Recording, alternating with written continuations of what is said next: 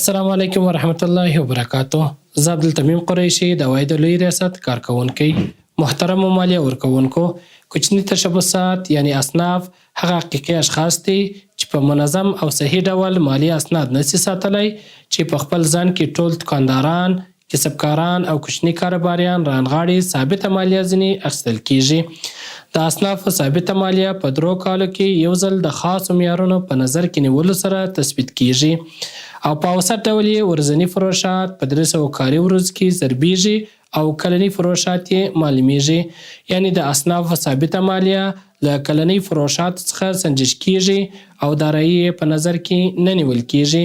دا چې د اصنافو ثابته مالیه څه ډول سنجش کیږي او په یاده مالیه کښې د اسلامي امارت د مشرتابه عالي مقام او د رئیس الوزرا محترم مقام لخوا کوم معافیتونه او تخفیفونه رامنځته شوي دي، راسئ په دې معلوماتي ویډیو کې راسره وګورئ.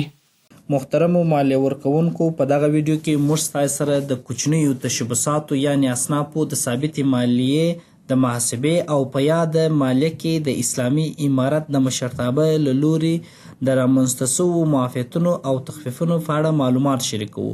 د دې دپاره چې یاد معافیتونه او تخفیفونه په ښه ډول واضح سي، نو موږ شروع د یو مثال څخه کوو.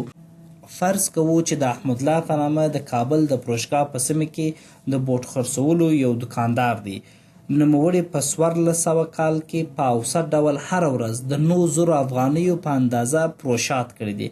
د دې دپاره چې د نوموړي د 1400 کال مالیه سنجش کړو، اول لازمي دا ده چې موږ د احمد الله د بوټ پلورنځي د 1400 کال کلني عواید معلوم کړو چې کلني عواید یې څومره کېږي.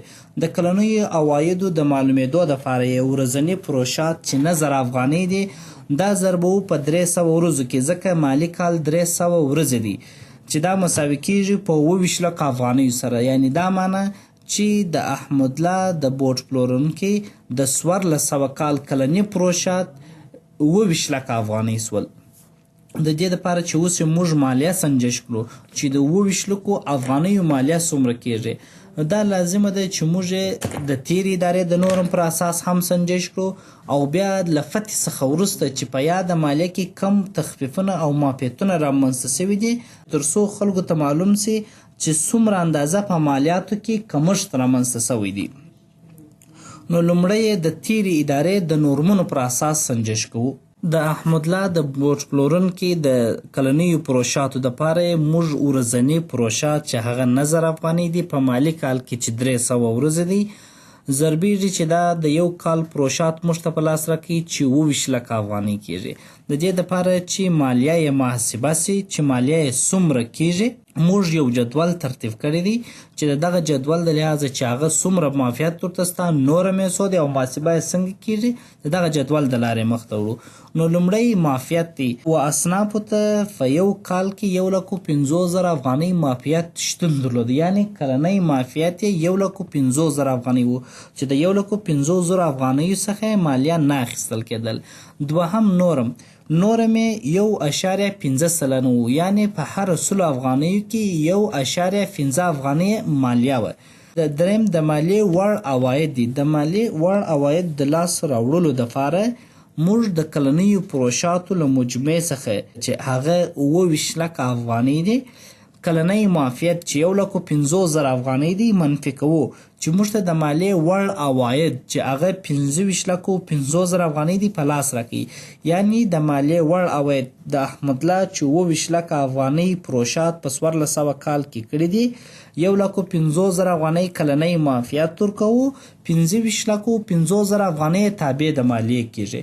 دې دپاره چې اوس یې مالیه سنجش کړو، نو دغه 25,50,000 افغانۍ چې د مالیې وړ عواید دي، دا یې نورم کې چې هغه 1.5 سلنه دی ضربوو چې دا مالیه راوځي 8,250 افغانۍ.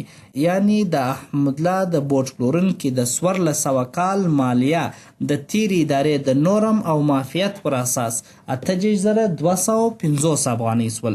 د دې دپاره چې کوچني کاروبارونه تشویق سي، نو د مالیې محترم وزارت په وړاندیز او د رئیس الوزرا محترم مقام د 1982 ګڼه حکم پر اساس چې د 1444 د 8 په 2 نیټه صادر شوی د اصنافو د ثابتې مالیې په نورم کې کمښت رامنځته شو چې معافیت یې چې 1,50,000 افغانۍ و هغه پر خپل ځای پاته شو، ولې نور مې 15% راټیټ شو، یعنی د 1.5% څخه 0.5% ته راغلی، یعنی نور مې کم شو. نو اوس چې د مالیې وړ عواید چې موږ مخکې محاسبه کړل چې 25,50,000 افغانۍ کېدلی، اوس 25,50,000 افغانۍ په 0.5% کې ضربوو چې دا کېږي 12,950 افغانۍ، یعنی د 8,250 افغانۍ څخه یې مالیه 12,950 افغانیو ته راکمه شول. د دې لپاره چې نور هم کوچني کاروبارونه تشویق سي او په هیواد کې د بیکارۍ کچه راکمه سي، نو د اسلامي امارت د مشرتابه علي قدر امیر المؤمنین حفظه الله تعالی د 1560 ګڼه فرمان پر اساس چې د 1445 د 8 میاشتې پر 4 نیټه صادر شوی د اصنافو د ثابت مالیې په نورم او معافیت کې په پراخه اندازه تغییر او کمښت رامنځته شو چې معافیت یې چې مخکې 1,50,000 افغانۍ و د 1,50,000 افغانیو څخه 2 میلیونه ته لوړ شو او نور مې د 0.5% څخه 0.3% ته راکم شو چې دا یو ډیر زیات کمښت دی په یاده مالیه کې. د دې لپاره چې اوس موږ مالیه معلومه کړو، نو د 29 لکو افغانیو څخه 10 لکه افغانۍ چې 2 میلیونه کېږي منفي کوو چې 9 لکه افغانۍ تابع د مالیې کېږي. مخکې 1.5 لکه افغانۍ معافیت، اوس 2 میلیونه افغانۍ معافیت دی چې 9 لکه افغانۍ تابع د مالیې کېږي. 9 لکه افغانۍ چې په 0.3% کې ضرب کېږي 100 افغانۍ، یعنی دا معنی چې احمد الله د 100 افغانیو د مالیې پر ورکړه مکلف دی. که چیرې دا پرتله سي د تیرې ادارې سره چې په تیرې اداره کې د احمد الله چې 29 لکه افغانۍ پروشات یې درلودل 8,250 افغانۍ مالیه کېدلی، کله چې اول معافیت رامنځته سو 12,950 افغانۍ مالیه کېدل، کله چې وروستی معافیت رامنځته سو 100 افغانۍ مالیه کېږي چې دا ډیر زیات کمښت دی په دغه مالیه کې. د دې لپاره چې نور هم وضاحت پیدا سي یو بل مثال ته ورګرځو.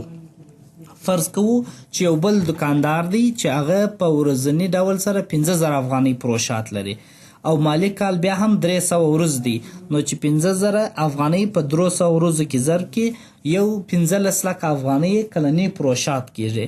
دا چې کلنی معافیت 2 میلیونه افغانۍ دی او د پروشات 15 لکه افغانۍ دی، پروشات یې کم دی، نو دی هیڅ د مالیې پر ورکړه باندې مکلف نه دی چې مالیه ورکړي، ځکه نوموړی د مالیات څخه معاف دی، ځکه کلنی پروشات یې له 2 میلیونه افغانۍ څخه کم دی.